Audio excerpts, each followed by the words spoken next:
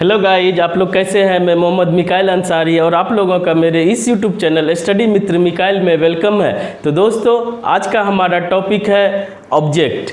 हम लोग अभी ऑब्जेक्ट पढ़ रहे हैं दोस्तों, और देखते हैं कि ऑब्जेक्ट में और क्या क्या हो सकता है। तो सबसे पहले देखते हैं दोस्तों, सेंटेंस क्या होता है। सेंटेंस में हम लोगों ने देखा कि सेंटेंस के दो पार्ट्स होते हैं। एक को हम लोग बोलते हैं सब्जेक्ट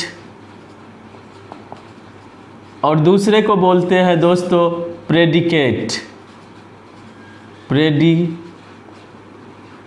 तो दूसरे को बोलते हैं दोस्तों प्रेडिकेट। और प्रेडिकेट को जब हम लोग एनालिसिस करते हैं दोस्तों, तो इसमें भी बहुत से पार्ट्स होते हैं। जिसका पहला पार्ट्स वर्ब होता है दोस्तों, उसके बाद या तो ऑब्जेक्ट होगा या अदर वर्ड्स होगा। तो यहाँ पर दोस्तों सब्जेक्ट, वर्ब और ऑब्जेक्ट ये सेंटेंस का मेन पार्ट्स होता है। और दोस्तों, चूँकि हम लोग सब्जेक्ट भी पढ़ चुके हैं और वर्ब के बारे में बेसिक नॉलेज हम लोग ले लिए हैं, और चूँकि ऑब्जेक्ट पढ़ रहे हैं, लेकिन यहाँ पर दोस्तों जो वर्ब है, वर्ब के बारे में थोड़ा सा एक टाइप होता है जिसे हम लोग ट्रांजिटिव वर्ब और इंट्रांजिटिव वर्ब कहते हैं। आज हम लोग उसी को देखेंगे। उसके बाद जो है ऑब्जेक्ट के टाइप्स, इसको समझने में हमें आसानी होगी। इसलिए दोस्तों सबसे पहले हम लोग इसके वर्ब के टाइप्स को देखते हैं, एक्शन वर्ब के। उसके बाद आगे दोस्तों हम लोग ऑब्जेक्ट के बारे में देखेंगे। तो सबसे पहले दोस्तों एक्शन वर्ब जो होता है, एक्शन वर्ब वो दो टाइप के होते हैं। पहले के बोलते हैं हम लोग ट्रांजिटिव वर्ब, इसे शॉर्ट में टीवी बोला जाता है। और एक होता है इनट्रांजिटिव वर्ब, जिसे दोस्तों शॉर्ट में आई भी बोला जाता है। तो दोस्तों यहाँ पर जो वर्ब का एक टाइप है, अगर इसको हम लोग बेहतर तरीके से समझ लेते हैं, ट्रांजिटिव वर्ब और इनट्रांजिटिव वर्ब, तो दोस्तों ऑब्जेक्ट को फिर ये समझने में हमें बहुत आसानी होगी और ऑब्जेक्ट के सभी कंसेप्ट क्लियर हो जाएंगे जब हम लोग इसको समझ लेंगे। उसके बाद दूसरे क्लास में या दूसरे वीडियो में कहिए, जब हम लोग ऑब्जेक्ट के टाइप्स को पढ़ लेंगे तो ऑब्जेक्ट के सभी कंसेप्ट कवर भी हो जाएंगे और आप क्लियरली समझ भी लेंगे दोस्तों। तो पहले हम लोग देखते हैं कि एक्शन वर्ब आप जानते हैं, जो कुछ किया जाता है वो एक्शन वर्ब होता है। और उसमें भी दो टाइप्स के होते हैं। पहला को हम लोग ट्रांजिटिव वर्ब बोलते हैं और दूसरे को इंट्रांजिटिव वर्ब बोलते हैं। तो सबसे पहले हम लोग देखते हैं कि ट्रांजिटिव वर्ब में क्या क्या होता है। ट्रांजिटिव वर्ब दोस्तों सबसे पहले देखते हैं ये होता क्या है। तो अगर इसके डिफिनेशन पे जाते हैं दोस्तों, तो देखेंगे ट्रांजिटिव वर्ब इज चूँकि ये वर्ब ही है, verb that requires an object to make complete sense। इस तरह से दोस्तों ये ट्रांजिटिव वर्ब का एक सिंपल सा डिफिनेशन हुआ कि ट्रांजिटिव वर्ब वो एक्शन वर्ब ट्रांजिटिव वर्ब कहलाएगा जब उसके वर्ब को कंप्लीट मीनिंग देने के लिए एक ऑब्जेक्ट की रिक्वायरमेंट यानी ज़रूरत होगी। अगर ऑब्जेक्ट आता है तभी वो अपना मीनिंग दे सकता है, वो वर्ब कंप्लीट मीनिंग। तो वो ट्रांजिटिव वर्ब कहलाएगा। और इसमें दूसरा भी एक पॉइंट लिख सकते हैं दोस्तों, या समझ सकते हैं। दूसरा है इट, यानी ट्रांजिटिव वर्ब के बारे में, needs an object to receive its action. दूसरा है दोस्तों, दूसरा पॉइंट कि ये ऑब्जेक्ट तो चाहिए, और ये इसका एकदम सबसे ज़रूरी है कि उसके एक्शन को रिसीव करने के लिए ऑब्जेक्ट चाहिए, तभी ये कंप्लीट मीनिंग दे सकता है। अदरवाइज ये कंप्लीट मीनिंग नहीं दे सकता है, और वहाँ पर वो ट्रांजिटिव वर्ब नहीं होगा। दोस्तों ये दो पॉइंट है। अब इसका हम लोग एग्जाम्पल के हेल्प से समझने की कोशिश करते हैं।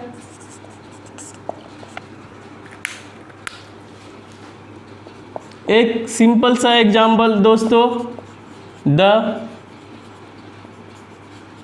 Mother made tea. अगर इसको एनालिसिस करते हैं दोस्तों, अगर इसका हिंदी जानते हैं तो ठीक है, समझ सकते हैं, तो नहीं तो सेंटेंस का जो फॉर्मेशन होता है वो हम लोग दोस्तों टेंस पढ़ेंगे तभी क्लियर हो पाएगा। और अभी जो हम लोग सभी के बेसिक कंसेप्ट को क्लियर कर रहे हैं, पार्ट्स ऑफ स्पीच का हो चाहे सेंटेंस का हो या और आगे पढ़ेंगे, वो सब हम लोग टेंस को पढ़ने के लिए ही इतना अपने आप को तैयार कर रहे हैं, ताकि हम लोग टेंस अच्छे से समझ सके और सेंटेंस को बेहतर तरीके से हम लोग फॉर्म भी कर सकें और उसे अच्छे से समझ भी सकें दोस्तों।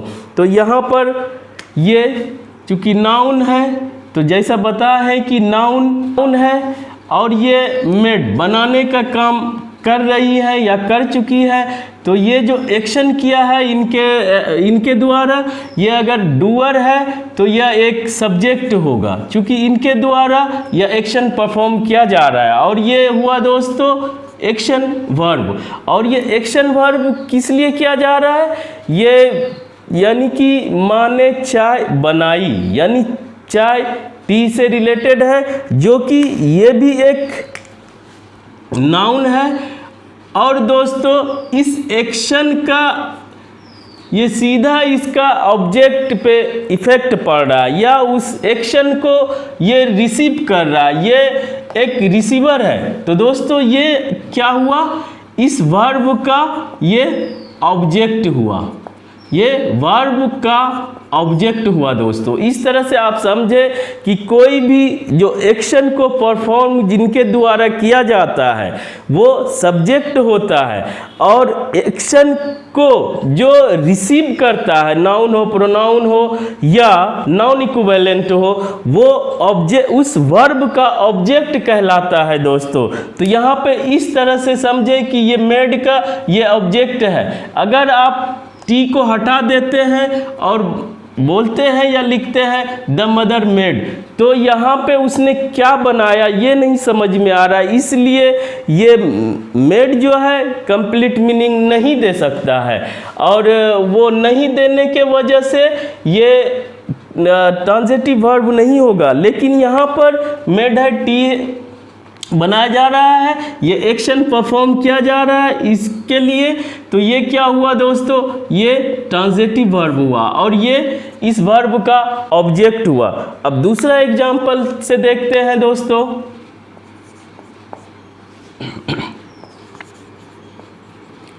रानी कॉल्ड राहुल।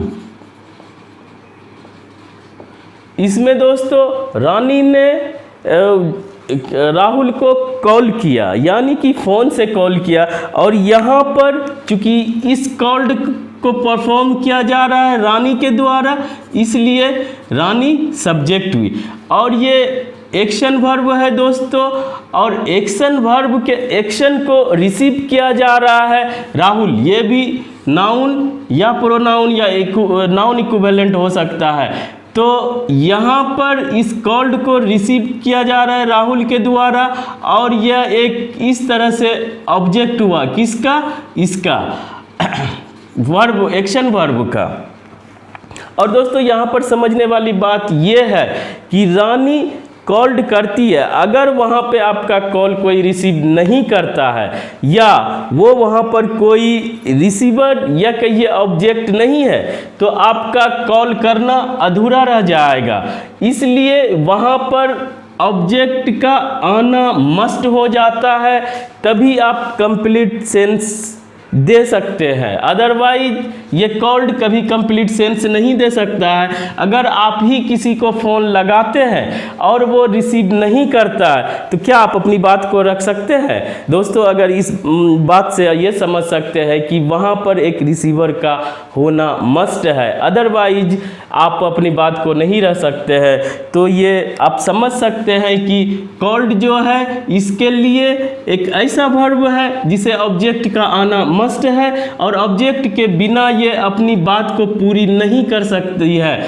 और इसके लिए अगर ये बात को पूरी नहीं कर सकती है तो यहाँ पर ये अधूरा रह जाएगा। इसका आना मस्ट है और ये अगर आता है तो वहाँ पर दोस्तों हम इसे ट्रांजिटिव वर्ब बोलेंगे। इस तरह से इसे हम लोग दूसरे तरीके से भी समझ सकते हैं या ऑब्जेक्ट को आप पहचान सकते हैं कि ये ऑब्जेक्ट वर्ब के बाद आने वाला जो भी वर्ड है या ग्रुप ऑफ वर्ड्स है वो ऑब्जेक्ट होगा या नहीं होगा। इसे पहचानने के लिए और हम लोग इससे आसान तरीके से समझने की कोशिश करते हैं दोस्तों। तो इसके लिए हम लोग अदर एग्जाम्पल लेते हैं। जैसे पहला, रानी लाइक्स राहुल। दूसरा दोस्तों, रानी लाइक्स अ पिज्जा। ये दो सेंटेंस हमारे पास, इसको एनालिसिस करते हैं दोस्तों और इससे समझने की कोशिश करते हैं कि वर्ब के बाद आने वाला वर्ड या ग्रुप ऑफ वर्ड्स ऑब्जेक्ट होगा या नहीं होगा। और इसको एनालिसिस करने के बाद हम लोग समझ जाएंगे 100% कि या तो वो ऑब्जेक्ट होगा या ऑब्जेक्ट नहीं होगा। तो दोस्तों यहाँ से थोड़ा सा अच्छा से वीडियो को देखें और लास्ट तक देखें अगर वीडियो को, तो आपको ट्रांजिटिव वर्ब और इंट्रांजिटिव वर्ब के सभी कंसेप्ट क्लियर हो जाएंगे। तो यहाँ पर दोस्तों अगर इस तरह का कोई सेंटेंस रहे और ऑब्जेक्ट हमको वर्ब के बाद देखना है कि वो ऑब्जेक्ट है या अदर वर्ड्स है अकॉर्डिंग टू डिफिनेशन, कि अगर डिफिनेशन ऑब्जेक्ट का है उसको फुलफिल कर रहा है या नहीं कर रहा है। अगर कर रहा है तो वो ऑब्जेक्ट होगा, अदरवाइज वो ऑब्जेक्ट नहीं होगा। इसको पहचानने के लिए दोस्तों आपको देखना पड़ेगा कि ये पर्सन है या ये थिंग है। दोनों को दोस्तों आपको डिसाइड करना होगा, आपको डिसाइड कॉमन सेंस से करना होगा कि ये क्या हो सकता है। अगर दोस्तों ये आपको नाम दिखे किसी पर्सन का या हो सकता है एनिमल का, तो वहाँ पे आप ऑब्जेक्ट के लिए एक क्वेश्चन करेंगे WH फैमिली वर्ड को लगा के, जिसे हम लोग whom कहते हैं। Whom does Rani like? ये क्वेश्चन करेंगे दोस्तों whom लगा के। अगर इसका जवाब एक कोई पर्सन होता है तो वो उस वर्ब का ऑब्जेक्ट होगा। यानी कहने का मतलब है कि अगर इसका हिंदी करेंगे तो हम लोग देखेंगे रानी लाइक्स राहुल, यानी कि रानी राहुल को पसंद करती है। और जब पर्सन रहे तो हम लोग whom लगा के क्वेश्चन करेंगे उसी टेंस में उसी पर्सन से। और ये हम लोग इसको बेहतर तरीके से दोस्तों बाद में पढ़ेंगे, अभी यहाँ पर इसकी ज़रूरत है, इसीलिए इसे समझे कि whom माने किसको होता है, किसको या किनको। तो अगर हिंदी में समझे तो हम लोग यहाँ पे देखें रानी किसको पसंद करती है, तो यहाँ इसका आंसर आ रहा है राहुल को पसंद करती है। तो दोस्तों ये एक पर्सन हुआ और ये पर्सन है और इस whom का ये आंसर दे रहा है, इसीलिए दोस्तों उस वर्ब का ये ऑब्जेक्ट होगा। इसी तरह से दोस्तों यहाँ पर देखेंगे रानी लाइक्स अ पिज्ज़ा, हो सकता है कि वो कोई पर्सन को पसंद कर सकता है या बाद में आने वाला कोई थिंग भी हो सकता है दोस्तों। और इस दोनों के अलावा जो भी आएगा, पहली बात तो वो ऑब्जेक्ट नहीं होगा, लेकिन उसको भी देखेंगे कि वो ऑब्जेक्ट कैसे नहीं होगा, इसी आज के ही वीडियो में देखेंगे दोस्तों। तो रानी लाइक्स अ पिज्ज़ा यानी कि रानी पिज्ज़ा पसंद करती है। और अगर थिंग रहेगा दोस्तों यहाँ पर, तो हम लोग थिंग के लिए व्हाट का यूज करेंगे। व्हाट डज रानी लाइक, इसका मतलब हुआ कि रानी क्या पसंद करती है। और इसका जवाब दोस्तों कोई थिंग आता है, जैसे यहाँ पर पिज्ज़ा है तो यहाँ पर क्या हुआ, अब पिज्ज़ा, और ये क्या हुआ, थिंग। अगर कोई थिंग आता है तो ये ऑब्जेक्ट होगा 100% दोस्तों। इस तरह से भी हम लोग क्वेश्चन करके यहाँ पर ऑब्जेक्ट को पहचान सकते हैं कि वर्ब के बाद आने वाला वर्ड या ग्रुप ऑफ वर्ड्स ऑब्जेक्ट होगा या नहीं होगा। अगर पर्सन है वहाँ पे तो whom से क्वेश्चन करें, और अगर थिंग है तो वहाँ पे आप व्हाट से क्वेश्चन करें और देखें कि वहाँ पे उसका जवाब मिल रहा है या नहीं मिल रहा है। अगर आपको दोस्तों उसका जवाब मिल रहा है तो कंफर्म है कि वो उस वर्ब का ऑब्जेक्ट होगा। और इसे और क्लियर तरीके से समझना चाहते हैं दोस्तों तो आप देखें कि कोई भी सेंटेंस होता है उसमें सबसे पहला दोस्तों सब्जेक्ट होता है। सब्जेक्ट के बाद दोस्तों वर्ब होता है।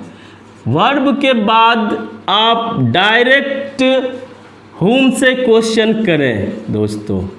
जैसे कि आप क्वेश्चन whom से कहने का मतलब ये है कि रानी लाइक्स whom, यहाँ पर ही इस वर्ड को लगा दें, रानी लाइक्स whom।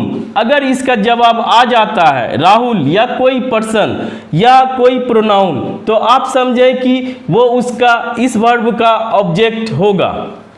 दूसरा दोस्तों, इसी वर्ब के बाद आप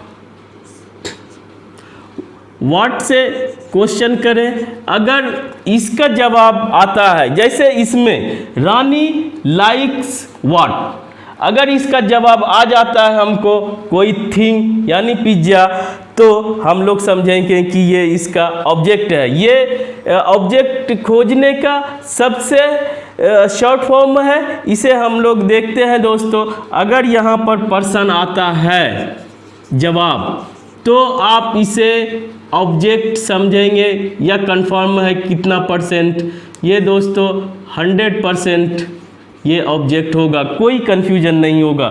अगर यहाँ पे दोस्तों व्हाट का आंसर थिंग आता है तो ये भी ऑब्जेक्ट होगा उस वर्ब का, और वो 100% होगा, उसमें कोई कन्फ्यूजन नहीं होगा। और दोनों कंडीशन में हम लोग उस वर्ब को ट्रांजिटिव वर्ब बोलेंगे दोस्तों। इस वर्ब को हम लोग दोनों कंडीशन में ट्रांजिटिव वर्ब बोलेंगे। इस तरह से दोस्तों ट्रांजिटिव वर्ब में ऑब्जेक्ट का आना मस्ट है। और ऑब्जेक्ट को अगर आप पहचान लेते हैं या पहचानने का कोशिश करते हैं तो whom या व्हाट लगा के क्वेश्चन करें, और सबसे शॉर्ट क्वेश्चन करने के लिए वर्ब के बाद उस जगह पे ये इस वर्ड को रखें या इस वर्ड को रखें। अगर उसका आंसर आ जाता है तो वो वर्ब ट्रांजिटिव वर्ब होगा, और आने वाला वर्ड या ग्रुप ऑफ वर्ड्स वो उस वर्ब का ऑब्जेक्ट होगा। इस तरह से दोस्तों ट्रांजिटिव वर्ब में इतना ही, और ऑब्जेक्ट और आपका क्लियर हुआ होगा। अब देखते हैं दोस्तों कि ये दूसरा इंट्रांजिटिव वर्ब क्या होता है।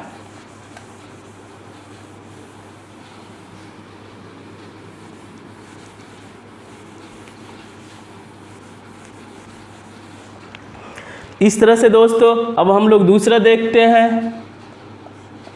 इन ट्रांजिटिव वर्ब आई वी। और इसका दोस्तों सबसे पहले यहाँ पे एक कंसेप्ट है, टीवी और आईवी लिखने का मेरा मतलब ये है शॉर्ट में कि अगर आप डिक्शनरी में वर्ब का मीनिंग खोजते हैं और वहाँ पे देखेंगे कि अगर वो एक्शन वर्ब है तो वो क्लियर कर देगा कि ये ट्रांजिटिव वर्ब है या इंट्रांजिटिव वर्ब है, या दोस्तों ये दोनों के तरह काम कर सकता है अकॉर्डिंग टू कंडीशन, कि किस कंडीशन में या किस सिचुएशन में वो ट्रांजिटिव वर्ब होगा और किस कंडीशन में या सिचुएशन में वो इंट्रांजिटिव वर्ब होगा। तो वहाँ पे आपको डिक्शनरी में या तो पूरा का पूरा ट्रांजिटिव वर्ब लिखा रहेगा या इंट्रांजिटिव वर्ब, या अगर दोनों रहेगा तो दोनों लिखा रहेगा, या दोस्तों शॉर्ट में टी आई इस कैपिटल में या स्मॉल में। लेकिन आपको अगर टी लिखा हुआ दिखे तो समझिए कि वो ट्रांजिटिव वर्ब की बात कर रहा है, अगर एक्शन वर्ब है तो। अगर आई दिखे तो समझिए कि वो इंट्रांजिटिव वर्ब की बात कर रहा है। इसीलिए बार बार हम लोग इसको लेके चल रहे हैं। तो दोस्तों जैसा कि हम लोगों ने ट्रांजिटिव वर्ब में देखा कि उसके लिए ऑब्जेक्ट की ज़रूरत है, और इसमें जो है कोई भी प्रीफिक्स जो भी वर्ड होता है दोस्तों, इसे रूट वर्ड कहते हैं। और रूट वर्ड के पहले अगर कोई वर्ड या लेटर्स जोड़ा जाता है तो वो उसका प्रीफिक्स होता है, और यहाँ पे जिसमें भी इन जोड़ा जाता है वो निगेटिव सेंस देता है। कहने का मतलब कि पहले अगर ट्रांजिटिव है और बाद में इन लगा दिया तो इंट्रांजिटिव, यानी कि उसके अपोजिट हो जाता है। तो यहाँ पर देखेंगे दोस्तों एन ट्रांजिटिव वर्ब इज ये भी एक वर्ब ही हुआ दोस्तों, कोई कंफ्यूजन नहीं। That does not require an object. बाकी कंप्लीट मीनिंग देने में इसे ऑब्जेक्ट की ज़रूरत नहीं पड़ती है दोस्तों, ये अपने आप में ही इसके मीनिंग को दे देता है। इसके लिए ऑब्जेक्ट का आना मस्ट नहीं होता है। और इसे ये इंट्रांजिटिव वर्ब कहते हैं दोस्तों। दूसरा पॉइंट अगर लिखना चाहते हैं, it makes complete sense without an object. ये ऑब्जेक्ट के बिना कंप्लीट सेंस दे देता है दोस्तों, यानी कि ये अकेले आके मीनिंग को कंप्लीट कर देता है। इसे ऑब्जेक्ट के आने की आवश्यकता नहीं होती है दोस्तों। इसे एग्जाम्पल से समझते हैं। एग्जाम्पल से अगर हम लोग देखना चाहें तो दोस्तों देखते हैं।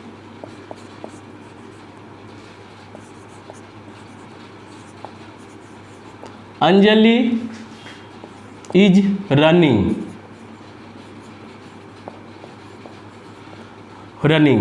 दूसरा देखते हैं दोस्तों, द बॉय क्राइड।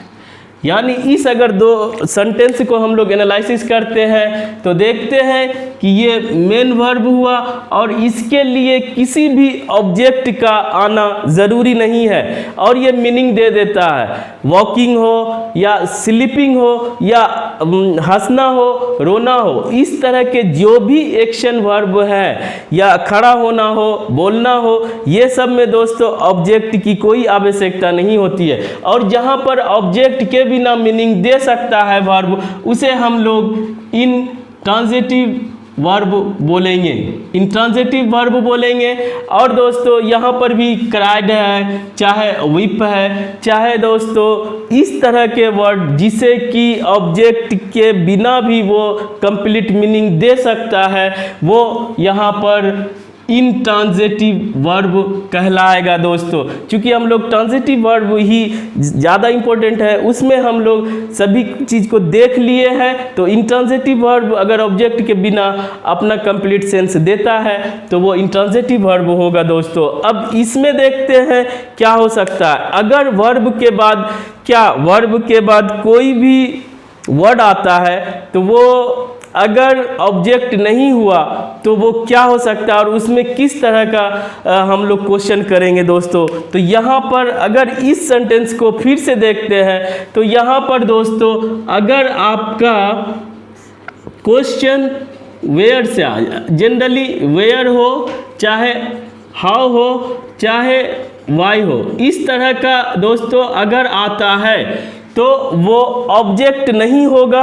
अगर इसको आप लगा के आंसर आपको मिलता है तो वो एडवर्ब हो सकता है या और से पार्ट्स ऑफ स्पीच हो सकते हैं, लेकिन ये ऑब्जेक्ट नहीं होगा दोस्तों। यहाँ पर आप कंफर्म कर लें। और इस स्थिति में जो वर्ब आएगा वो इंट्रांजिटिव वर्ब कहलाएगा। और दोस्तों इसके बाद वो प्रीपोजिशन के साथ आएगा, जो भी नाउन आए, प्रोनाउन आए या नाउन इक्विवेलेंट आए दोस्तों, लेकिन प्रीपोजिशन के साथ आएगा। और प्रीपोजिशन के साथ जब ये सब आएंगे तो ये इसका ऑब्जेक्ट होगा, प्रीपोजिशन का ऑब्जेक्ट कहलाएगा, वो वर्ब का ऑब्जेक्ट नहीं कहलाएगा दोस्तों।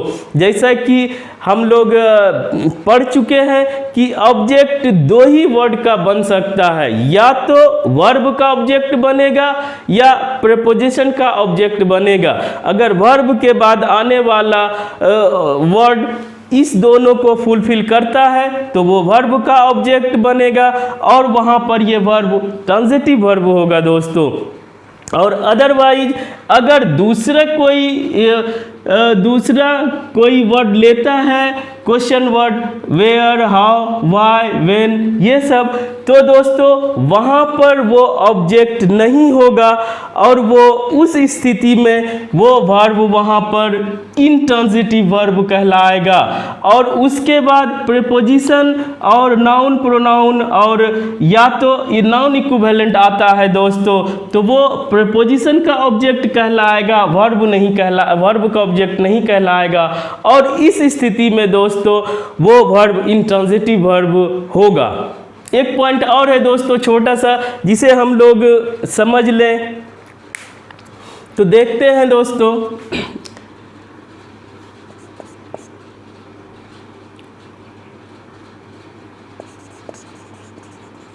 अमन इज प्लेइंग। दूसरा दोस्तों अमन इज, ये दोस्तों छोटा सा कंसेप्ट है जिसे यहाँ पे समझ लेना ज़रूरी है। बस 1 मिनट और वेट करें दोस्तों। Playing in the field. तीसरा है दोस्तों अमन इज प्लेइंग क्रिकेट दोस्तों। और एक लास्ट एग्जांपल लेते हैं, Aman is playing cricket in the field. अगर दोस्तों ये 4 सेंटेंसेस हैं और यहाँ पर हम लोग इसको एनालिसिस करते हैं और एक कंसेप्ट को क्लियर करने की कोशिश करते हैं दोस्तों, तो ये पहला सेंटेंस जो है अमन इज प्लेइंग, यहाँ पर कोई ऑब्जेक्ट नहीं है और आप क्लियर समझ सकते हैं कि प्ले कर रहा है, कुछ भी प्ले कर रहा है, वहाँ पर ऑब्जेक्ट की अगर ज़रूरत नहीं है और आप समझ रहे हैं कि ये खेल रहा है, तो वहाँ पर दोस्तों बिना ऑब्जेक्ट के अगर वर्ब अपना मीनिंग दे देता है तो उस वर्ब को इंट्रांजिटिव वर्ब कहते हैं दोस्तों। दूसरा दोस्तों इसी तरह से ये इसके बाद कुछ वर्ड्स आए, लेकिन यहाँ पर ये प्रीपोजिशन के साथ आया, तो यहाँ पर ये प्रीपोजिशन के साथ आने वाला वर्ड जो है ये ऑब्जेक्ट नहीं हो सकता है इस एक्शन वर्ब का। या आप क्वेश्चन करेंगे अमन इज प्लेइंग और इससे क्वेश्चन करेंगे तो इसका आंसर देगा अमन इज प्लेइंग वेयर, यानी वेयर इज अमन प्लेइंग। तो दोस्तों वेयर का अगर आंसर देता है तो ये ऑब्जेक्ट नहीं होगा 100%, ये अदर वर्ड्स में आएगा दोस्तों। तो यहाँ पर भी ये इनट्रांजिटिव वर्ब ही हुआ। तीसरा दोस्तों अमन इज प्लेइंग व्हाट, यहाँ पर क्रिकेट व्हाट का आंसर दे रहा है, क्योंकि अमन इज प्लेइंग व्हाट। तो ये दोस्तों चूंकि व्हाट का ये आंसर दे रहा है, इसीलिए ये एक्शन वर्ब जो है ट्रांजिटिव वर्ब हुआ। ये दोस्तों एक्शन वर्ब जो है ट्रांजिटिव वर्ब हुआ, क्योंकि ये इसका ऑब्जेक्ट हुआ दोस्तों। और चौथा में ये क्रिकेट खेल रहा है, इसलिए ये ट्रांजिटिव वर्ब हुआ और ये इसका ऑब्जेक्ट हुआ और ये इसका अदर वर्ड्स में आ जाएगा। और अगर ऑब्जेक्ट को एनालिसिस करना चाहते हैं दोस्तों तो ये इनका ये ऑब्जेक्ट होगा। इस तरह से दोस्तों इस 4 सेंटेंस से हम लोग ये समझने की कोशिश कर रहे हैं कि अगर वर्ब के बाद ऑब्जेक्ट आता है, आप इसे पहचान लेते हैं, तो वो एक्शन वर्ब ट्रांजिटिव वर्ब होगा। और दोस्तों कुछ ऐसे वर्ब हैं जो बिना ऑब्जेक्ट के अगर मीनिंग कंप्लीट दे देता है या अदर वर्ड्स को लेता है तो वो इनट्रांजिटिव वर्ब होता है। लेकिन दोस्तों कुछ ऐसे भी वर्ब है जो कि अकॉर्डिंग टू सिचुएशन अपने कभी वो ऑब्जेक्ट लिया तो भी कंप्लीट सेंस दे देता है और ऑब्जेक्ट के बिना भी कंप्लीट सेंस देता है। तो इस तरह के वर्ब को भी इसमें समझना जरूरी है और इसका कोई भी अलग से कोई नाम नहीं है। जैसे ट्रांजिटिव वर्ब, इनट्रांजिटिव वर्ब इसका नाम नहीं है, लेकिन इसे समझ लें कि कुछ ऐसे वर्ब हैं जो कि ट्रांजिटिव वर्ब का भी काम कर सकता है और इनट्रांजिटिव वर्ब का भी काम कर सकता है दोस्तों। और दोस्तों अगर यहाँ तक में आपका क्लियर हो गया हो कि ट्रांजिटिव वर्ब किसे कहते हैं और इनट्रांजिटिव वर्ब किसे कहते हैं और उसके आने वाले ऑब्जेक्ट को कैसे पहचानेंगे, तो दोस्तों इस वीडियो को ज़रूर लाइक कर दें और अगर अच्छा लगा तो अपने दोस्तों के बीच शेयर ज़रूर करें दोस्तों। Thanks for watching.